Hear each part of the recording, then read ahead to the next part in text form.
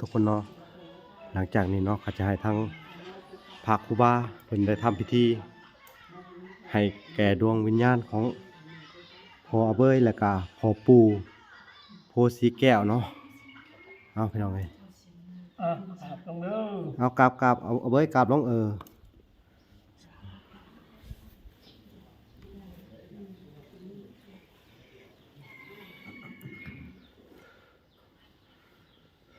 นะโมตัสสะภะคะวะโตอะระหะโตสัมมาสัมพุทธัสสะนะโมตัสสะภะคะวะโตอะระหะโตสัมมาสัมพุทธัสสะนะโมตัสสะภะคะวะโตอะระหะโตสัมมาสัมพุทธัสสะพอกองอยู่บ้านนาทองเมืองชนบุรีแขวงชนเขตเป็นข้าวเป็นเจ้ามูลศรัทธาได้น้อมนำมาแล้วไม้มีผัดทหารต้นกะละพึกเครื่องสัญญทานต่างๆเพื่อขออุทิศไปถึงดวงวิญญาณกองอยู่บ้านนาทองเมืองชนบุรีแขวงชนเขต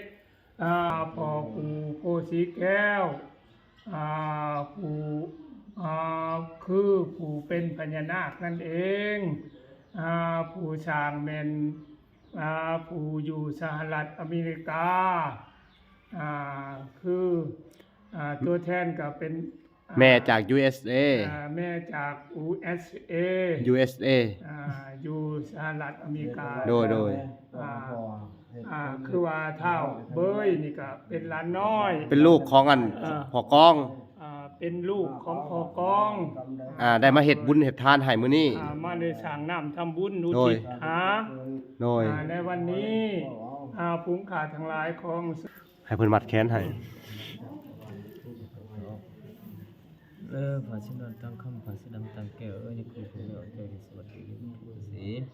อยู่นี่คือพระเจ้าจัตตโรธรรมวทันติอายุวันโนสุขังปรังวันนี้สาธุเด้อเอาสาธุบุญนำเว้าเด้อเว้าตามเด้อเด้อพอกองเอ้ยมื้อนี้ลูกได้อาเบยได้ทำบุญให้เจ้าแล้วมีพระข้าวพระปลาอาหารหวานข้าวครบทุกอย่างมีทั้งเงินทั้งคำ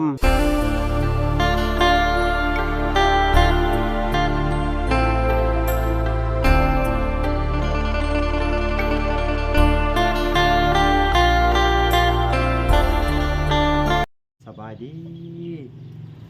ายดีพ่อแม่พี่น้องเบิดสุขสุขคนเนาะกันยินดีเข้าสู่ช่อง YouTube เบาหลาสายบุญคุณธรรมคือเก่าเนาะทักทายสบายดี FC ทางฝั่งไทยและ FC ทางฝั่งลาวและ FC ทางต่างประเทศนำเด้อสบายดีเนาะเว้ยสบายดีเนาะทุกคนเนาะมื้อนี้กับจะได้ไปเฮ็ดบุญเนาะเว้ยนี่เป็นจังได๋ดีใจเนาะดีใจแฮงเนาะพี่น้องเนาะทางเบาหลาแล้วก็ครอบครัวเบาหลาเนาะก็ได้เตรียมพระข้าวพระปลาเนาะจะได้ลงไปเฮ็ดบุญใหญ่ให้ทั้งพ่อน้องอาเบยและพ่อปู่โพสีแก้วเนาะผู้เพิ่นปกปักรักษาเจ้าเพิ่นปกปักรักษาทางอาเบยเนาะพี่น้องเนาะก็เลยสิให้เพิ่นไปเฮ็ดสิให้แม่แนะนำเนาะแม่ใหญ่เพิ่นแนะนำบ่ถูกเฮ็ดได้ไหนแม่ตบดินแบบใดตบดินสบายเด้อน้องน้อยเท่าวันนี้ฮอดพ่อฮอดแม่ฮอดพ่อแม่ฮอดพ่อนะพ่อจะฮอดชื่อพ่อเจ้าว่าได้ใดสิพ่อเจ้าได้ใดอากองคือพ่ออากองเนาะเจ้าก็ไปห้องบอกไปห้องบอกเด้อตบดินนี่3 บาทแต่ข้างหาถึงมาก่อนเนาะกับผู้ที่จะให้ทางเป็นใหญ่เพิ่นมีความรู้แน่พี่น้องเอ้ยเกี่ยวกับการเฮ็ดบุญ4บ่หรือ3แม่ปงพวานเนาะเอาโอเคเนาะอาเบยเดี๋ยวให้อาเบยไปข้อบอกทั้งพอกันเนาะพี่น้องก็ใช้ทั้งอาเบยข้อบอกทั้งพอยังอันนี้ว่าเนี่ยผู้ใช้โลละแสนนี่โลบางแสนอะล่ะไปเอาเบยไปพ่อเจ้าเอาไปตบดินลง3 บาทเลยห้องพ่อมื้อนี้เฮาสิได้ตักน้ำทำบุญให้เจ้านี่ไปห้องหน้าบ้านเจ็ดสังฆทานแล้วสิบอกเองดอกได้ครอบพอเพิ่นเนาะอ่าน เฒ่าธรณีนางน้อยเอ้ยมื้อนี้วันนี้เฒ่าเบ้ยผู้ที่ว่านอนอยู่ต้นไม้ต้นตอกค่ะอันเพิ่นสิได้บอกพ่อเพิ่นเอามา แล้วก็บอกพ่อปู่ บอกพ่อปู่พญานาค พ่อปู่พญานาค สิได้ พ่อ เฮ็ด ปู่ สังฆทาน โพสีแก้ว พ่อปู่โพสีแก้วห้อง ตบเอามือ ตบลง3 บาท ตัวลูก3 บาท เจ้าดินเจ้าด เจ้า อ เว้าน เด้อเฮาสิตอบได้ เจ้าเว้านํกัน เอาว้าวสอน เจ้าดินเจ้าดอน เจ้าดอก เจ้าถิ่นเจ้าฐานมื้อนี้วันนี้เบาเบยสิได้เฮ็ดตักน้ำทำบุญให้ฮอดให้ถึงพอที่ได้เสียให้แม่ทักพ่อธรณีหำฮู้ให้พ่อให้แม่น้อยธรณีหำฮู้ให้ไปกล่าวไปบอกพ่อขาน้อย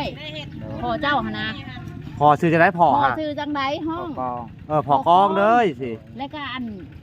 พ่อพญานาคชื่อจังได พอปู่ พ่อปู่ โพสีแก้ว โพสีแก้ว ให้มาหับเอาเด้อบอกว่าสิทำบุญไปให้มื้อนี้ บ่เบ้ยสิทำบุญไปให้แล้วมีไผอีกไง เด้อมีพอเพิ่นนะพอยังนะพอกองบ่ กอง พ่อก็ ให้มาหับเอาเด้อมื้อนี้วันนี้ หับเอามือนี้วันนี้บ่ ภาค เอ้ยสิได้ตักน้ำทำบุญให้เจ้า มีสังฆทานพระเขาทิพย์มีต้น3 ต้นสิอุทิศให้ฮอดให้เทิงเจ้ามาห้องหับหลับเอาเด้อให้ชีวิตเบาเบ้ยมีชีวิตที่ดีขึ้น โดย ให้เพิ่นอยู่ดีมีแฮง ภาคพันแม่น้อยธรณี แม่นางน้อยธรณีให้ไปยืนไปส่งให้ฮอด ให้ ให้เทิงให้ไปกล่าวไปบอกเพิ่นเด้อเบาเบ้ยที่ว่าเพิ่นตกทุกข์ได้ยากที่เพิ่นนอนในต้นไม้ต้นตอกหัน พอเพิ่นน่ะพอกอง พ่อกองแล้วก็ พอปู่โพสีแก้ว ปู่โพสีแก้วมาห้องหับหลับเอาเด้อมื้ เอาน้ำหยาดนี่ น้ำหยาด ให้ชิเจ้ามาห้องหับหลับเอาให้ชิเจ้าได้ ใส่ไปไหม กิ เนี่ย น ก่อน เอาให้ชิเจ้าได้อยู่ได้กินห้องหับหลับเอาอย่าเข้า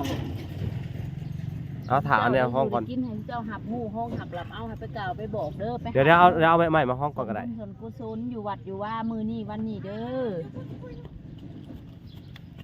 ให้เจ้าส่งหางส่งมีให้เท่าเบ้ยแล้วก็น้องนุ่งแล้วก็ทีมงานนำกันหลายๆคนนี่แล้ว ให้หุ่งให้เฮือง ให้ แล้ว เรื่อง เฮ็ด ให้ราบรื่นเจ้าเจ้ากับห้องหับหลับเอาส่วนบุญส่วนกุศลจาก ให้อยู่ดีมีแฮงเบิดสุขุสุคนพาสิช่วยเหลือน้องคนกัน หับเอาห้องหับหลับเอาจากส่วนบุญส่วนกุศลจากเท่าเบ้ยแล้วก็ทีมงานน้องนุ่งเอ้ยน้อง จากแม่สาลัดเด้อเฮ็ดนั่ จาน ก นี่ แม่สหรัฐเพิ่นเฮ็ดให้ก็ขอให้ทุกเพิ่นอยู่ดีมีแฮงเพิ่นอยู่เย็นเป็นสุขเพิ่นร่ำเพิ่นรวยเด้ออยู่ต่างประเทศก็ได้ให้ที่เจ้าห้องหับหลับเอาเด้อไปเอาอยู่วัดพุ่นแล้วไป ว่าให้บาดเดี๋ยวเขาสิได้ สิได้ไปเกียมไปถ่ายแต่นั่นเลยเจ้าก็ได้ สิได้ลงวัดเลยเนาะ ลงวัดเลยช่วง เอากาเกียมลงวัด ค่ะ เอา น้องเบยเนาะ ไป ที่วานนอนอยู่เทั้งโอ๊ย พี่น้องก็สิได้กาเกียมลงวัดเลย ฮะดีใจแล้วตกใจเห็นหยัง อ่า ดีใจแต่ว่าดีใจแต่ว่าดีใจทิมจอ นี่พี่น้องเอ้ย เอามาถือก าเกียมเลย ต้องวัดตั้งสติให้มีสติให้ตั้งใจ เพิ่นมาห้องขับหลับเอาแล้วเจ้าก็สิเจ้าเป็นคนเฮ็ดเนาะแล้วก็ทีมงานแล้วก็เมย์อยู่ต่างประเทศเอามาถือสิไปแต่งซอยเด้อข่อยก็ซอยเพิ่นมื้อนี้เนาะค่าห้องค่านวดอยู่ลูกค้า เอ้ยสิได้กาเกียมลงไปเลย ได้เตรียมลงไปเด้ออยู่ ไปได้อยู่ก่อนเนาะ โอ้ ซอยกันได้เนาะ รถมอเตอร์ไซค์3 คัน 3 คัน 4 คันพุ่นแหละพี่น้องโอ้ยผู้รถจักรมีทางหมอพรนำเลย ไปแม่ขี่แล้วนะได้อยู่บ่ยังอีก2คำอันได้ลูกทีมงานเพิ่น เดี๋ยวเอาไปใส่อยู่วัดก็ได้แม่ ไปเด้อทุกคนเด้อฝากติดตามฝากกดไลค์เด้อมื้อนี้ก็มาซอยน้องเบยเนาะเพิ่นสิบุญให้พ่อเพิ่นละกะพ่อพญานาคเพิ่นเด้อข่อยก็มาซอยเพิ่นเด้อฝากติดตามฟังหักษา วันนี้ นวดท่านบุญฝากติดตามให้เด้อได้เห็นทั้งหลาย พี่น้องเตรียมตัวลงไปแหละบัดนี้ไปพอกันอยู่วัดเลยเนาะโน้ยได้บ่พรเอาสบายดีบ่พร มีน้ำนี่ สบายดีสบายดีเอาพี่น้องเอ้ยไปพอกันอยู่วัดเนาะทุกคนเนาะโอเคไปแหละพี่น้องเอ้ยบาทเนี่ยลักจะออกเดินทางไปบ่พร เราบอก ไปคนที่พ่อแม่คิดตัวไปขึ้นอยู่พุ่นเด้อไปบ่พรเฮาลุยเลย ไปเวลา มาซื้อได้บ่นี่เดี๋ยว ลง ซื้อได้บ่เราโอเคนะทุกคนเราก็สิเดินทางไปวัดเนาะ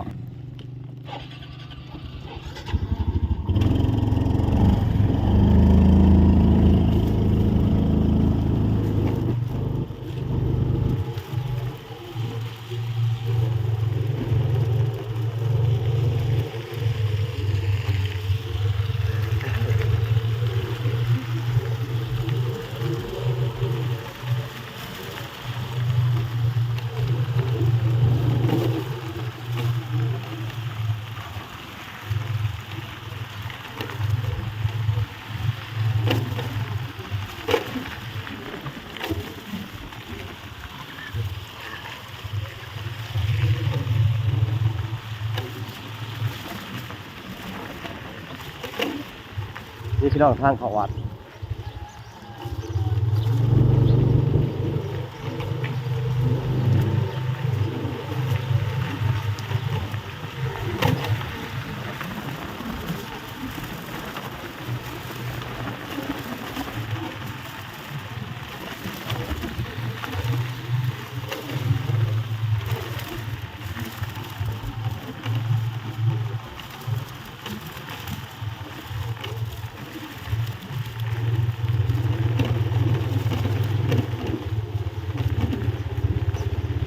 พี่น้องเข้ามาฮอดวัดเลยเด้อ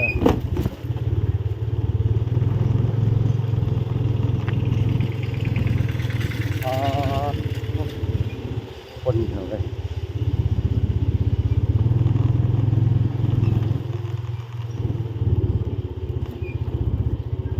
เดินทางมาฮอดวัดแล้ว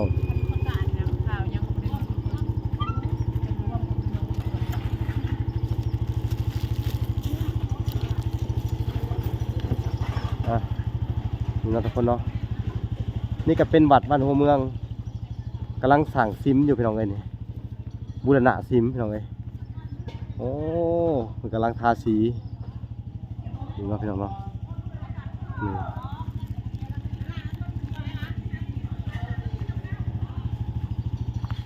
เดี๋ยวเราจะมาใส่วัดจัดแต่งลงอย่างนี้เนาะพี่น้องเนาะนี่เอาไว้เอาไว้นี่คือวางไว้อย่างนี้ผมสบายดีเด้อบ่พรเด้อ สบายดี สบายดีบ่พรกับบ่ว่างคือเนาะพี่น้อง อันนี้จะเป็นบ่อนเปิด โอ้เลี้ยงกระน้อยจ้ะนี่มีน้ำมีในใช่ไหมมีน้ำแหละเป็นแพ็คเนาะ น้ำ4แพ็ค น้ำ4แพ็คเนาะก่อนเนาะ ลงไปเลยบ่รู้ว่าเอาขึ้นไปขึ้น เดี๋ยวให้เพิ่นอันใดก่อนเพราะว่าในวัดมีการประชุมงานสิจัดงานบุญเด้บุญบั้งไฟ ยังบ่ถึงเนาะ อันนี้ซิมกำลังสร้างอยู่ เดี๋ยวน้ำเอาขึ้นไปขึ้นเลยแม่นบ่ ให้บ่เอาเว้ยขึ้นถือไปให้บ่เอาเว้ยเพิ่นถือเอา สีขาวน้ำเปล่าตอนนี้น้ำเปล่ามาใส่นี่ จะเอาจะแพ็คกับมะม่วง ใส่ขาวเลยเอาขาวมาไหมนี่เอาน้ำพี่น้องเอ้ยเอาเว้ยก็จะยกน้ำลงมาจากรถ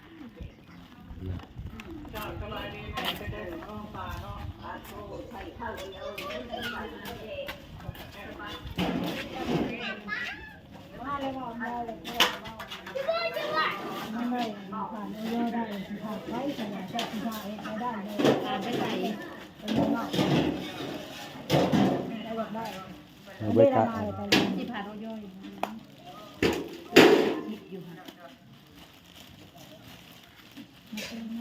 เนาะทางเอาเว้ยแกะน้ำออกมาพี่น้องเอ้ย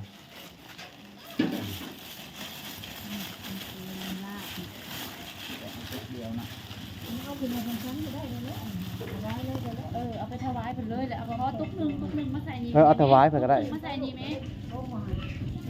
เอาขึ้นไปบนโลด เจ้าหาเอาคือไป ไปถวายน้ำกัน ถวายเลยกันเลยทุกคนละลายมันดีได้บุญ นี่ขอพรเอาอีกไหมขอพร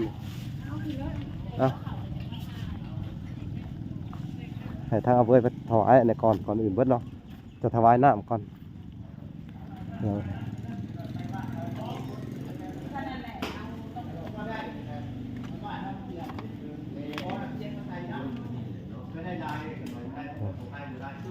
ไม่กับต้น แล้วเขา4 ผ้าเลยเอาเว้ยซอยเพิ่น เอาเบอร์เด้อมาเอาบุญน้ำกันไม่เคยได้บุญเลยคนเอาแข่งข้าวหน้าทำมั่มชูดีมีแห้งชีวิตตกบนทำต้นค่ะชีขยักเลยเอาละไอ้คนเขาก้นเอากระเป๋าไม่ใหญ่ลง พี่น้องเอ้ยให้เพิ่นพ้นขึ้นไปไว้ก่อนเนาะบ่พอเนาะแม่นเขาก็จะจัดเตียงไว้อย่างนี้ อันนี้เอาขึ้นเอาอันนี้ เดี๋ยวให้ว่าเอาไว้เพิ่นเป็นคนเอาขึ้นก็ได้เนาะครับอาหารหวานข้าวก็มีครบบ่พอได้ซื้อครบมาเลย มีครบเบิดผลหมากลากไม้เนาะให้เพิ่นกินเต็มอิ่มเลยมื้อนี้ เพิ่นก็คือสิหิว โอ้แบบว่าคล้ายๆคือว่าอันเพิ่นน่ะอัน น้องเบ้ยก็ตกใจได้ที ก่อนเพิ่นตอนเพิ่นเสียอันชีวิตนะบ่ได้มีของกินของอยู่ของทานบ่มีหยังเลยบ่ได้มีการทำบุญทางศาสนาบ่ได้มีหยังเลยได้เนาะก็เลยว่านี่แหละจังหวะจักเสร็จจังไดเนาะ ค่ายไปเพิ่นก็วนเวียนอยู่ วนเวียนอยู่ในหันเห็นบ่ช่วงที่ว่าน้องหายไปแตกตื่นพอเอาไปเสื่องไว้ โอ้ เขาบ่ได้บอกครอบเด้ ดู แม่นอืม จะได้เอาได้มาตั้งน้ำทำบุญให้นี่ได้มาเฮ็ดให้กับผู้ได้เป็นเจ้าภาพเนาะถึงขั้นเมืองนอกหรือว่าอยู่ทางต่างประเทศ อีแม่จาก USA เป็นเจ้าภาพ เป็นเจ้าภาพในวันก็เป็นเจ้าภาพในงานนี้ก็ขอให้บุญคำนำสู่เด้อมื้อนี้วันนี้ที่ได้มาซอยน้องเบยเฮ็ดผ้าขาวอุทิศถึงให้ฮอดพ่อเพิ่นแล้วก็ถึงเงินปู่พญานาคที่ซอยเพิ่น พ่อปู่โพสีแก้ว แก้ว โดย ก็ให้ได้บุให้ปู่มากขึ้นก็ให้บุญคำนำสู่ที่นี่ในวันกันเพิ่นอยู่ที่นี่แห้งอายุหมันควรยืนที่เพิ่นได้มาซอยน้องเบยมื้อนี้ก็ได้ เอาบุญเอาทานนำกันแต่ละคนเอ้ย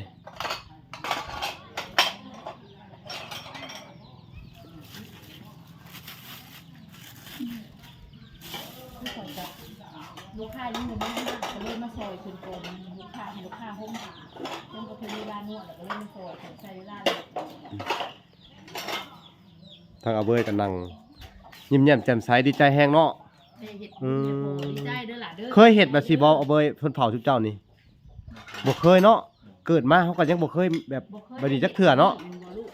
บ่เคยเห็นบ่แบบนี้ นี่แหละจะตั้งมุกตั้งใจคิดบุญน่ะให้ฮอดให้ถึงเขาเจ้าเด้อ พี่น้องเอ้ยความรู้สึกของเพิ่นก็ ดีใจบ่ล่ะก็ดีใจนำเจ้าคือกันจะได้มาซอยเจ้ามื้อนี้ก็ได้ อ้าว เพื่อสิได้มีโอกาสตั้งน้ำทำบุญเจ้าก็ได้ให้ได้ บ้านนี้ก็ ตั้งใจให้ฮอด ตั้งจิตตั้งใจใหม่บาดนี้เนาะก็มีแต่ว่าสิได้หลังจากนี้เฮาก็สิได้เมื่ออันไปอันพาเพิ่นอันไปทางอันบ้านนายางเขตป่าใบเนาะไปซื้ออุปกรณ์หั่นแล้วก็จะขึ้นไปส่งเพิ่นซื้อดินเลยได้บ่พรในบัดนี้ก็บ่ล่ะก็ยังติดภารกิจนำตู้โจ้ยเนี่ยไปอันไปจ่ายค่าดินเพิ่นพี่น้องเอ้ยแล้วก็ที่ภารกิจซื้อดินให้ทางอันอาเบยพี่น้องแต่ก่อนอื่นเบิดกะทางเฮากับพาเพิ่นมาเฮ็ดบุญนั่นแหละเนาะพาตั้งใจว่าสิมาถวายสังฆทานมาเฮ็ดบุญให้หยังให้มันเรียบร้อยก่อนเนาะพอเพิ่นอันบ่กังวลใจแล้วก็พอให้เพิ่นอันสบายใจก่อนเนาะพี่น้องเนาะทางบ่ล่ะก็แล้วก็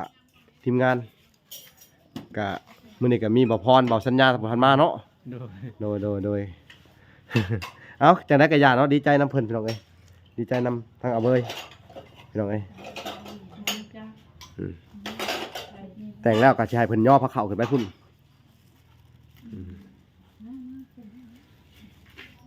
แต่ว่าอันนี้แก้กันมัน แกะเบย ก็ดีบ่ใส่ผ้าขาวนี่ ใส่เบ่เลยโลดมีขบบ่ได้พี่น้องเอ้ยเครื่องหวานของข้าวผลหมากลากไม้ให้บ่พรช่อยมื้อนี้เอ้า น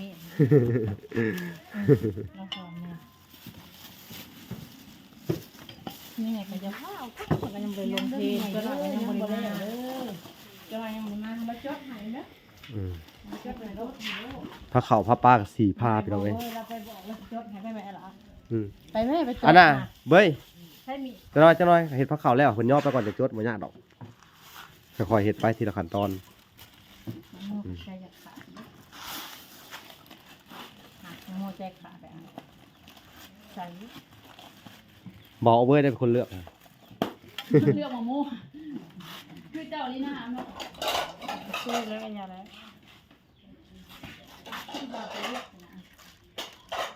นี่พี่น้องเอ้ยโอ้อาหารหวานข้าวมีครบเบิด น้องพรเราซอยมันซอย เอาบุญนำกันซอยกันเลย มันกันเนอะ เจ้าภาพได้ถือเป็นเจ้าภาพก็ให้คนดูดูคนถือตรงก็ได้คนถือดีไม่แห้งในคนจะได้บุญได้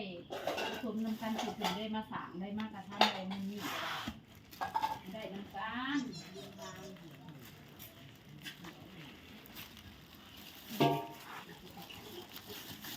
ใจขาด ใช่ค่ะได้บุญคือกันได้ผลกับมาเสียสละมาได้บุญนี่นะไม่ใช่ตรงนี้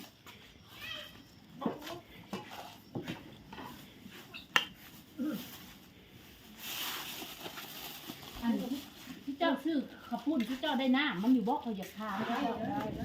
ไม่ใช่น้ำข้าวปุ้น นั่นแหละนำกันนี่ คือมีแต่ตอนค่ะนี่ เนาะ เด็กมีแต่ตอนแต่ว่าบ่ได้น้ำเด้อเอานี่น้ำใส่ ไผสิว่าเนาะเอาเมียนนี่ใส่ เด้เด้ เจ้า เห็นบ่ ได้บ่ เห็นอะไรนี่นามสกุลนี่ คนเชื่องบ่โป้ได้แห้งข้าวนี่ลูกค้าขายเรื่องอยู่2-3เลยรอบแรกมันสิเข้ามา4-5คนมาโฮมมาหมู่บ่ได้ยังนะบ่เชื่องเลยบ่ได้เด้อ ใส่ให้แน่เงินนี่ซะ บ้างนะ ใช่ว่า เอาทุกคนเนาะก็สิใส่บ้างให้ทางอันครูบาเพิ่นพี่น้องเอ้ย การงานดับมือ ครับอาจารย์อันได้ใช้คันบ้างหั่น เนาะมันเป็นอย่างนี้เนา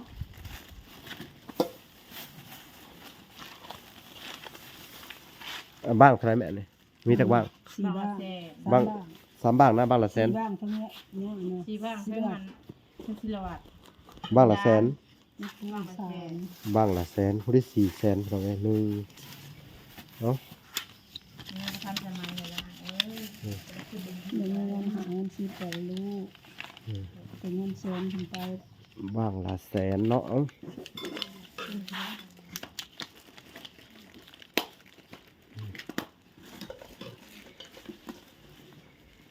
4บ้างกับ4แสนพี่น้องเอ้ยผู้ที่ ถ้าอยู่ผู้แต่งก็ไว้อยู่ถ้าจะเป็นก็เป็น บ่พรก็เก่งนะบ่ค่อยบ่พรนี่ทำบุญตลอดเลย ไม่ใช่ดอกไม้ที่มี นี่พี่น้องเอ้ย4บ้าง แพงแล้ว บ้างละแสนพี่น้องเอ้ย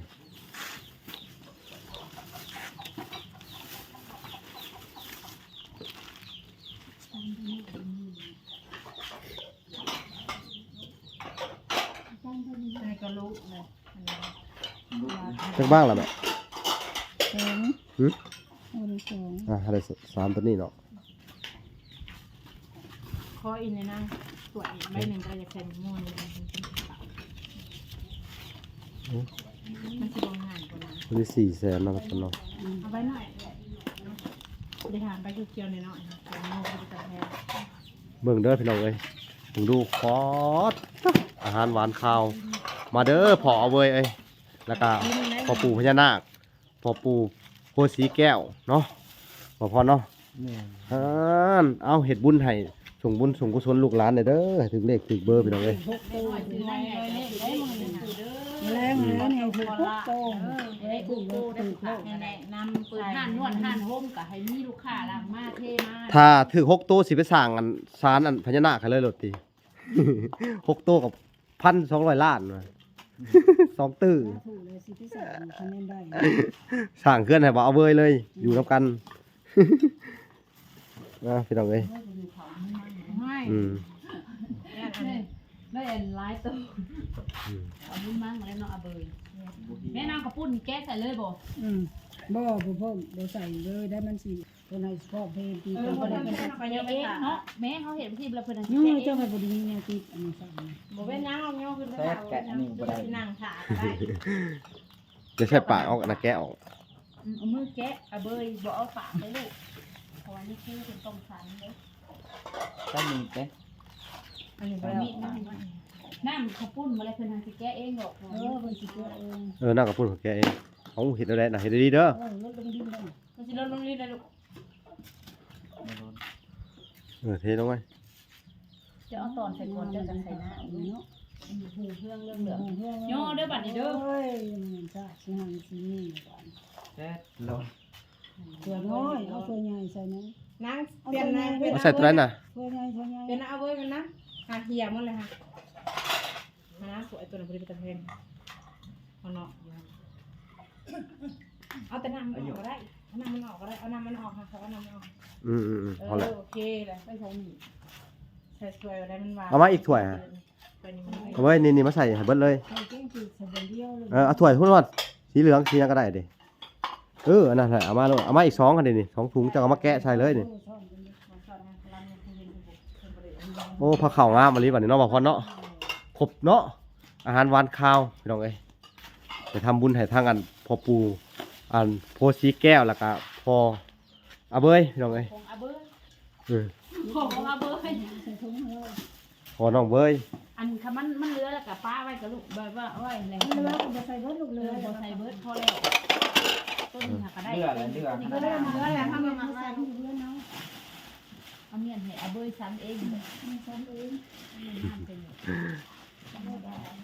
โบยบ่ใส่ปลาเลย อะไรเปล่า ปลาเลยคือ เลือดแหละ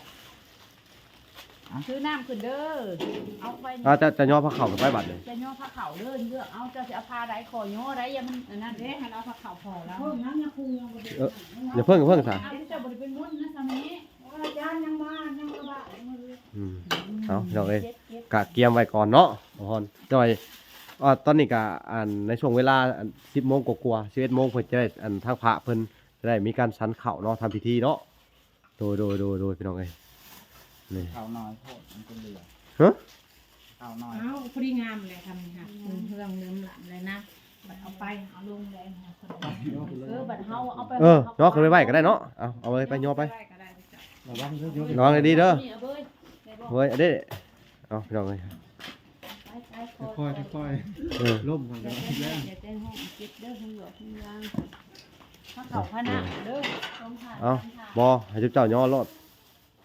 เอา มาบุญนำกันหลาย ไปแล้วคุณพี่น้องเอ้ยนี่เหลืออีก2 พา ทำมาเห็ด โดยทั้งเบิด4 พาเนาะใจเพิ่นย่ออีกเป็นพาสุดท้ายเนาะแล้วก็จะได้ขึ้นไปถ่ายเบิ่งทั้งเทิงเนาะบ่พอเนาะไปตามเพิ่นไปเลยบ่พอนอุ้ยคือเป็นแบบนี้เนาะสะท้อนแสงพี่น้องเอ้ยเอ้า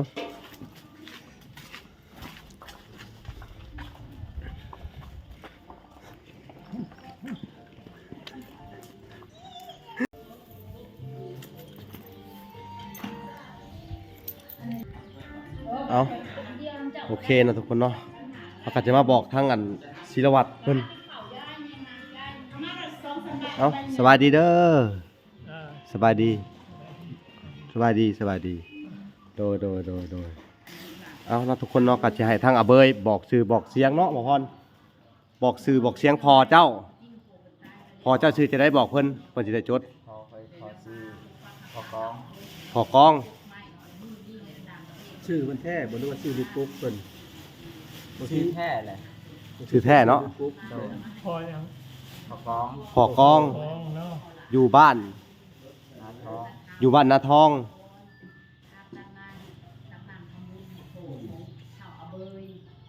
เมืองชนบุรี เมือง ชนบุรี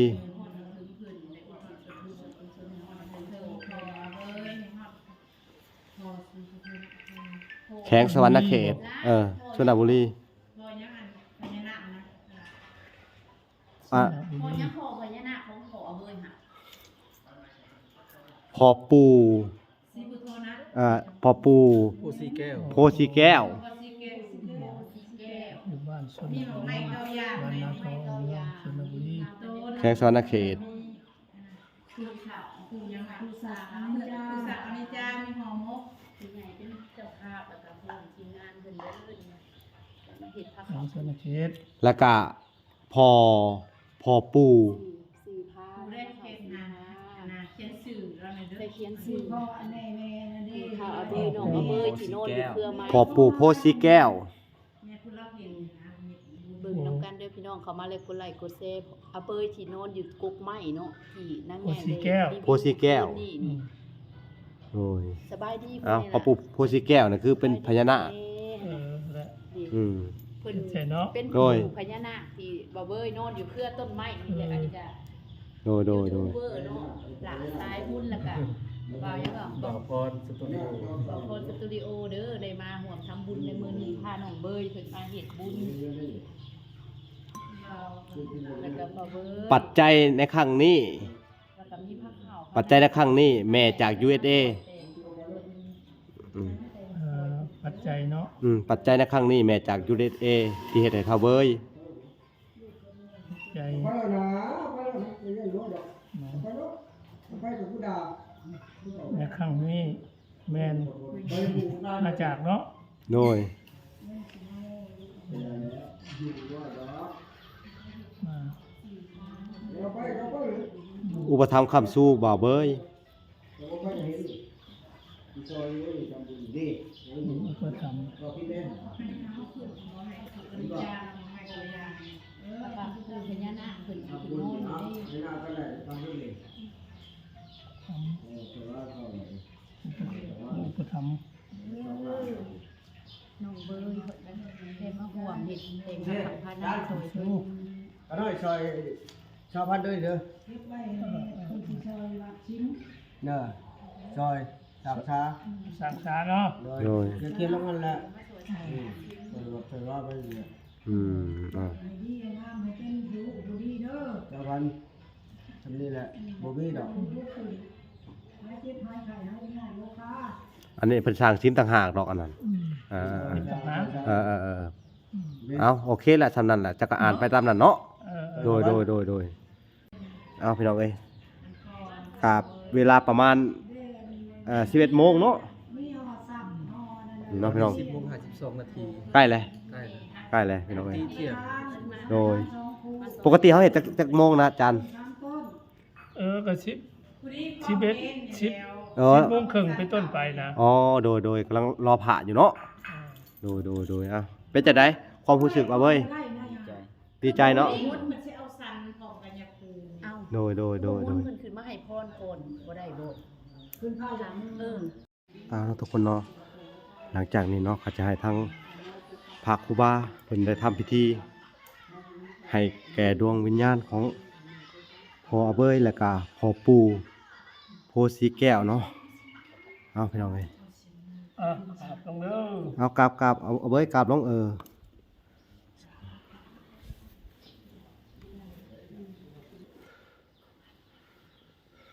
นะโมตัสสะภะคะวะโตอะระหะโตสัมมาสัมพุทธัสสะนะโมตัสสะภะคะวะโตอะระหะโตสัมมาสัมพุทธัสสะนะโมตัสสะภะคะวะโตอะระหะโตสัมมาสัมพุทธัสสะสาธุสัตตุพุทธปุกขบูชาธัมมปุกขบูชาสังฆปุกขบูชาอาคิติกังมะลาปุปังอังวุเชชามิสัพเพกะเมจลุเปสิลิสกะลตะเทตันดาลิเตมณีทิเตละเตจักขเมกะลวนาคาเนเขยังวตุเมเกเตอุมาจัญญตุเทวาชาลตาลริสเมอุกาสาคุงหาทั้งหลายภายในมีประสงค์เป็นเข้าภายนอกมีพอกองอยู่บ้านนาท้องเมืองชนบุรีแขวงชนเขตเป็นเข้าเป็นเจ้ามูลศรัทธาได้น้อมนำมาแล้วไม้มีผัตตาหารต้นกะละพึกเครื่องสัญญทานต่างๆเพื่อขออุทิศผู้ไม้มี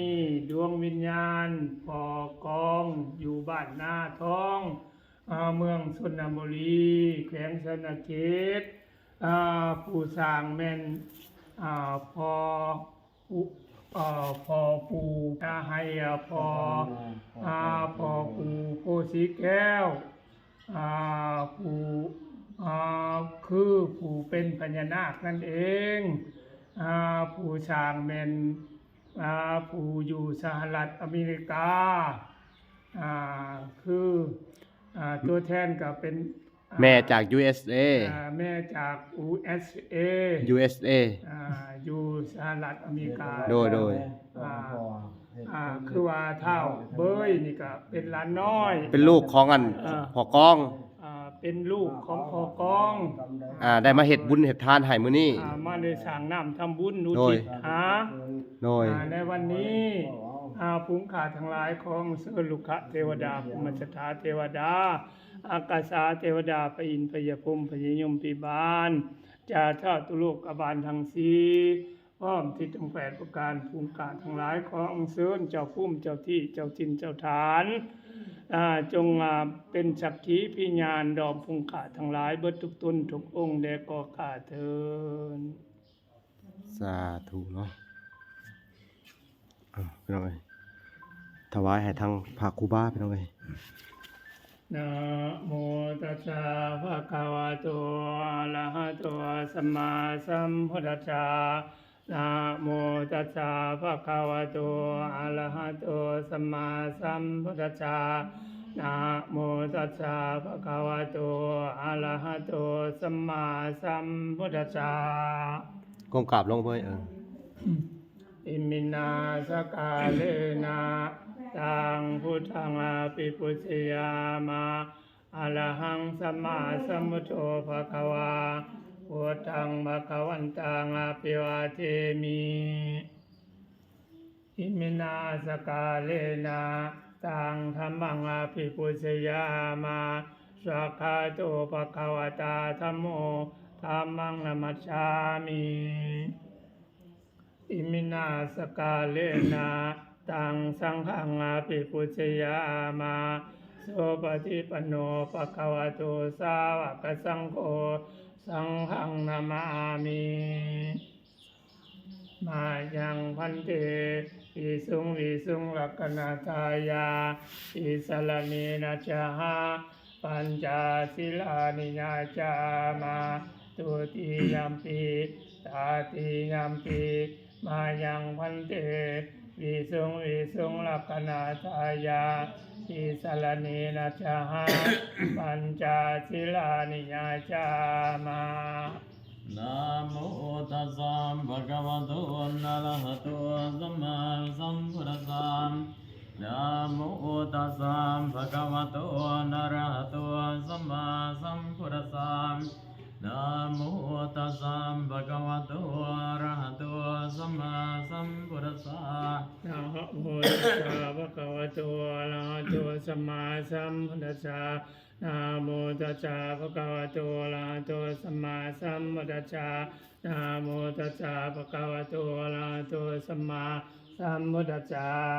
พุทธังสรณังคัจฉามิ พุทธังสรณังคัจฉามิ ธัมมังสรณังคัจฉามิ ธัมมังสรณังคัจฉามิ สังฆังสรณังคัจฉามิ สังฆังสรณังคัจฉามิ ทุติยมปิพุทธังสรณังคัจฉามิ ทุติยัมปิพุทธังสรณังคัจฉามิ ทุติยมปิธัมมังสรณังคัจฉามิ ทุติยัมปิธัมมังสรณังคัจฉามิ ทุติยมปิสังฆังสรณังคัจฉามิ ทุติยัมปิสังฆังสรณังคัจฉามิ ตติยมปิพุทธังสรณังคัจฉามิ ตติยัมปิพุทธังสรณังคัจฉามิ ตติยมปิธัมมังสรณังคัจฉามิ ตติยัมปิธัมมังสรณังคัจฉามิ ตติยมปิสังฆังสรณังคัจฉามิ ตติยัมปิสังฆังสรณังคัจฉามิ ติสรณกัมมนังนิทิตัง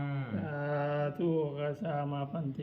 ปานาปิปันตเวรมณีสิกขาปะทังสมาธิยามิ อานาติปาตาเวรมณีสิกขาปะทังสมาธิยามิ อันตินันทนาเวรมณีสิกขาปะทังสมาธิยามิ อาทินาธนาเวรมณีสิกขาปะทังสมาธิยามิ กามิสุมิสัญจนาเวรมณีสิกขาปะทังสมาธิยามิ กามิสุมิชาจราเวรมณีสิกขาปะทังสมาธิยามิ มุสาวาตาเวรมณีสิกขาปะทังสมาธิยามิ มุสาวาทาเวรมณีสิกขาปะทังสมาธิยามิ สุราเมรยมัสสะปะมันตตานาเวรมณีสิกขาปะทังสมาธิยามิ สุรามีระยมัสสะปมาตตานาเวรมณีสิกขาปะทังสมาธิยามิ อิมานิปัญจสิกขาปะทานิสีเลนะสุขติงติสีเลนะภุกสัมปตา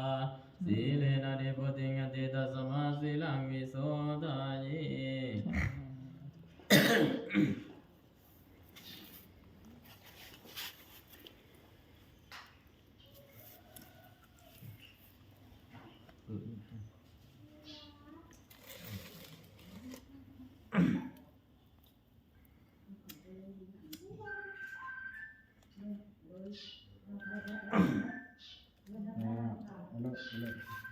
มาจำมานั่งกันนี่เด้อเบ้ย เดี๋ยวมันดอกหักเลยเอาเลยรวยเอาเลยบอกคนเลยทุกคน สัพพังสัพเพนัสสนัง พุทธัสสะภะคะวะโตอะระหะโตสัมมาสัมพุทธัสสะนะโมตัสสะภะคะวะโต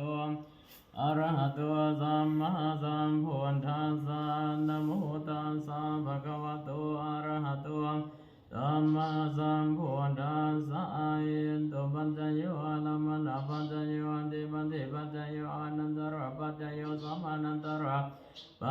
โยสัสสะตปัจจโยอัญญมัญญปัจจโยนิสยปัจจโยอุปาณิสยปัจจโยปุริสตปัจจโยปัสสะสตปัจจโยอาเสวนาปัจจโยกัมมปัจจโยวิปัสปัจจโยอุปาณิสยปัจจโยเวดัญจะสัพพะโรกัสสมิงวานาสัมภาวะเยปริมาณังพุทธังอตจันติเลนันจะสัมปตังอเวลังสัมปตังติสัญจลังนิสิโนวาสยานวายวาดสามิกันตามิโตเอตัสสติงติเตยะปมามิตังวิหารังเอตังวะพุทธติจานุปกรรมสิลวัตสันเนนะสัมปันโนกัมเมสุริยะเกตังเนหิสัตโตกัปวะสยังกุณณลิติเตอานิจาวะสังขลังอุปัตตวะยะตมิโนปัสสิตวานิโรสันเตอุปสมโมสุโกสัพเพสัตตามลันติจามลิสุจามลิสานิตเทวะหังวะลิสัมมินาทิเมตสังสยโยอาจิลังวัตยังกันโยปัตติกานิสิสติสุตวะเปตวินาโนนิรัตังวะการิงการัง ต้นเด้อบัดเด้อ เอาไว้ย่อต้นเอาย่อต้นขึ้น ถวายทานแล้ว ถวายทานได้บัดนี้ อ้าวนี่ก็ย่ออย่างย่อก็ย่อ เอา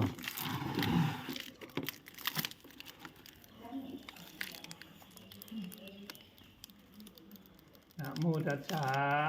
ภะคะวะโตอะระหะโตสัมมาสัมพุทธัสสะนะโมตัสสะภะคะวะโตอะระหะโตสัมมาสัมพุทธัสสะสาธุสาธุอิมานิมะยังพันเตภัตตานิอ่า จะว่าเป็นนะ สัพปริวาลานิอัฏฐาสัพปริวาลานิกัปปะลุขังปัจจญาทานังอิคุสิลวันตัสสะนิยาเทมาอิคุสังโฆอัมหกังทิกาลตังอิตายะสุขายะ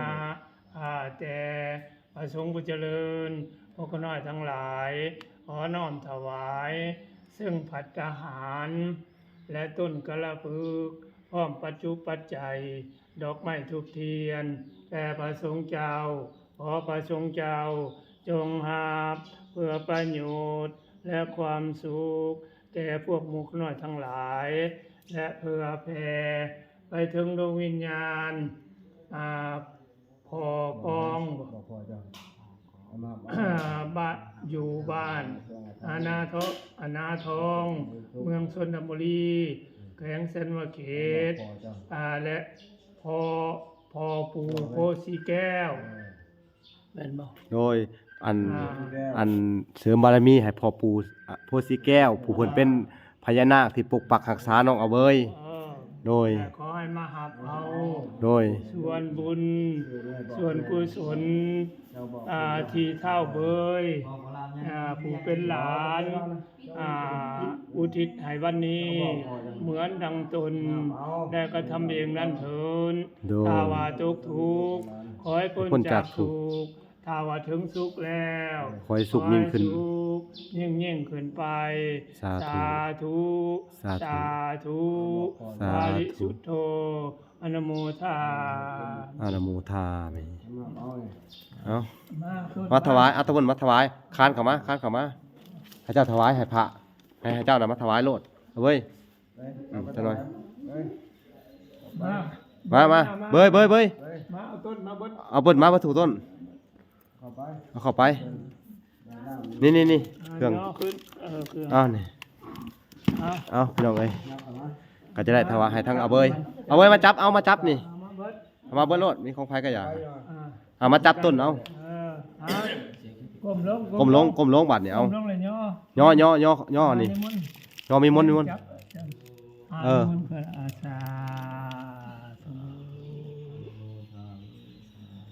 าธุ สาธุ นิมนต์ให้พรเลยกัน เอา ยะถาวะริวาภูรา เอาเด้อหยาดน้ำเด้อ เตรียมหยาดน้ำเด้อมีหน้าน้ เตรียมน้ำหยาดไป ำมีน้ำหยาดเตรียมน้ำหยาดเด้อ สัพเพปุเรนตุสังกปปันจันโตปนารโสยะธามิโสติระโสยะธาสัพพิติโยวิวัสสันตุสัพพะโรโควินัสสันตุมาเตภวันวันตรายโยสุขีติกายุโกภวะวิวัตรสีลิสาริจังมุดาปจจยิโนจัตตารธรรมวัฏันติอายุวโนสุขังอาลังอันตสิมิยะ หยาดน้ำหยาดน้ำหยาดลงอธิษฐานถึงพ่อเด้อให้มาหับเอาพ่อ พอกองอยู่บ้านนาทองเมืองสระบุรีและก็อันส่งบุญส่งกุศลให้ทั้งพ่อปู่โพสีแก้วนํให้เพิ่นมีอันน่ะบุญวัฒนาเพิ่มขึ้นอีกเอา ปู่สีแก้ว เป็นผู้เพิ่นเป็นพญานาคปกปักรักษาอันน้องอันอาเบย แม่นอันมาจากสหรัฐอเมริกาหน้าปู่อุปถัมภ์คำสู้เอาเบ้ย บุญเพิ่นให้เป็นสลัดอเมริกาถึงเลข สาธุอิมังอิปาวลังสัมมาทิฏฐามาทุติยัมปีอิมังอิปาวลังสัมมาทิฏฐามาสาธุพวกมุขน้อยทั้งหลายขอรับเอาพรจากป่าทรงเจ้าที่ได้กล่าวมาแล้วทุกประการขอให้ผลศีลผลทานจงปัดอุปนิสัยปัจจัยไปค้ำสู่ดวงวิญญาณผู้มีพระคุณทั้งหลายและมาค้ำสู่พวกโมฆน้อยทั้งหลายอันตธานี้มายังพันเตอบูชามาภากิจามายังภาวุกละนิยา สัทธาติโตเมยกรังมายตา สาธุสาธุสาธุบุญ อายังสักโลกัสสะอายังสักโลกัสสะเทวตาลัตนังกาโลมา สาธุ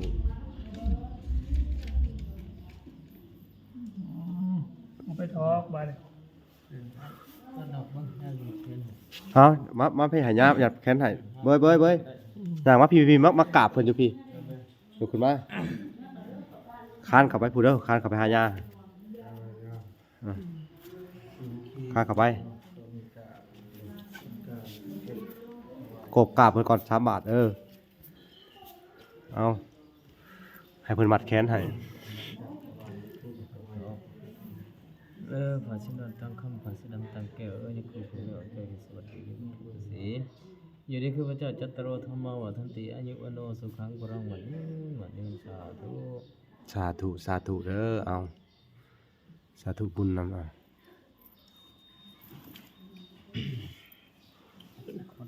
เข้ามาเข้ามา ได้ผูกบ่บ่พร พูดไหม เอาเบิ้ลลงมาบัดนี้หายาเพิ่นชั้นเข่าแล้วไปเอาน้ำยาดไปบัดนี้ อยากจะทอก บ่ไปเอาไป ไปทอกอยู่ลุ่มแล้ว เอาไปผักเอาไปผักแม่น้อยเท่านี้ไปเอา ฝากบอกข้อบอก ผักข้อบอกเหมือนได้อาจจะพาบอกไป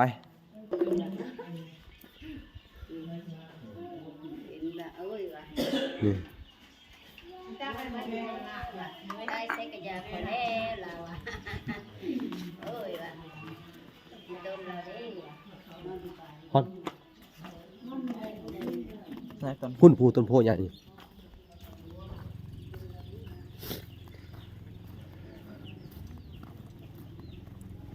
เอาบัดนี้เนาะทุกคนก็จะให้ทั้งอันอาเบยหยาดน้ำหรือว่าถอกน้ำลงดินอันผากถึงแม่น้อยเท่านี้ไปถึงเจ้ายมพิบาลผากไปถึงพ่อกองเนาะผู้ที่เป็นพ่อของอาเบยเนาะนี่ก็คือต้นโพพี่น้องเลยต้นโพต้นไฮอย่าพลาดเด้อเดี๋ยวสิบอกเด้อ เอามา เอา โอ้ยผักแล้วเนาะ นี่เนาะพี่น้อง ล่ม นี่ เนี่ยเอาขึ้นไป เอาเด้อเตรียมตัวเด้อเอาเว้าเด้อเว้าตามเด้อเอาเด้อพออันพอกองเอ้ย เอาเลย อันมื้อนี้อันลูกได้อาเบยได้ทำบุญให้เจ้าแล้ว ทำบุญได้แล้ว มีพระข้าวพระปลา มีผักกา อาหารหวานข้าว หวานข้าว ครบทุกอย่างมีทั้งเงินทั้งค ครบทุกอย่างมีทั้งเงินทั้งค ำอาหารเหล่านี้ผากไปให้เจ้า ำเจ้าแม่ อาหารเหล่านี้พาไป ให้ หา เจ้า เจ้า ผ่านแม่น้อยธรณี เว ทา ลาง น้อ นี้ ยธรณี ไปถึงจ่ายมพิบาล ยมพิบาล ให้มาให้เท้าก้อง ให้เจ้ากอง มาหับเอาเด้อ เอาเด้อ เอาสาธุ สาธุ และอันอีกส่วนหนึ่ง ส่วนหนึ่ง ส่วนหนึ่ง ก็เอาให้พ่อปู ตัวปู เอาให้พ่อปู่ ส่งแห้งส่งอันบุญกุศลให้พ่อปูโพสีแก้ว โคสีแก้ว โคสีแก้ว โคสีแก้ว ผู้เพิ่นเป็นนั่นพญานาค เป็นนา คนเป็นพญานาค ปกปักหาษาน้องเบย ผู้ปักหักษาน้องเบย ขอให้เพิ่นมีอิทธิฤทธิ์มาหับเอา ขอ โดย ให้เพิ่นมีอิทธิฤทธิ์มาหับเอา มาหับเอาในมื้อนี้วันนี้เด้อ ทุกข์ก็พ้นจากทุกข์ เอาคันว่าพออันกอง ให้ว่าขอกอง มีทุกข์ มีทุกข์ ก็ขอให้พ้นจากทุกข์ ก็ขอให้พ้นจากทุกข์ อย่ามีสุข ข้าคำว่าพอกองอันมีสุข สุขยิ่งขึ้นนี่แหละเห็นบุญเห็นทานนั่นแล้ว ขอให้สุขยิ่งขึ้น ขอให้สุขยิ่งขึ้น สาธุเอา บอกเลขบอก ส่งบุญส่งกุศลให้ทางอาเบยหน่อยเด้อ ถูกยากไว้เงิน เอา ตาบ่มีเมียก็บ่มี โดยเอาให้คุณพระคุณเจ้าคุ้มครองเด้อเนาะ ทางว่านี่แล้ว เอาโดย เงินตลา โดย จะได้แน่ เออ ทางว่าตึก โด เล่น ย ตึก โดย เบอร์ เอาจะได้กะขอบมกขอบใจทางอันผู้ใหญ่ใจดีเนาะ ต้นโพธิ์แหละ จากอีเมลจาก USA เนาะพี่น้องเอ้ยขอให้เพิ่นจงมีแต่ความสุขความเจริญบุญกุศลเหล่านี้ที่ว่าเจ้าได้อันเฮ็ดเพื่ออาเบยก็ขอให้เจ้ามีแต่ความสุขยิ่งๆขึ้นเด้อความเจ็บอย่าได้ความไข้อย่ามีเด้อแม่เด้อให้เจ้าบุญคำนำสู่ที่ว่าอุปถัมภ์อาเบยให้มีชีวิตใหม่อีกครั้งหนึงคอยบอกคอยสอนคอยตักเตือนน้องเพิ่นโอ้ยก็มีแต่อีเมลจาก USA คอยโทรมาตักเตือนแล้วมาบอกมาสอนเพิ่นพี่น้องเอ้ยนี่เนาะเอาจังได้กะยาละพี่น้องเอ้ยบาทนี่กะสิพาน้องอาเบยขึ้นไปอันน่ะกราบพระอีกครั้งหนึงก็จะได้จบคลิปแล้วพี่น้องเอ้ยไปจังได๋ความรู้สึกสบายใจขึ้นบ่หรือไดโดย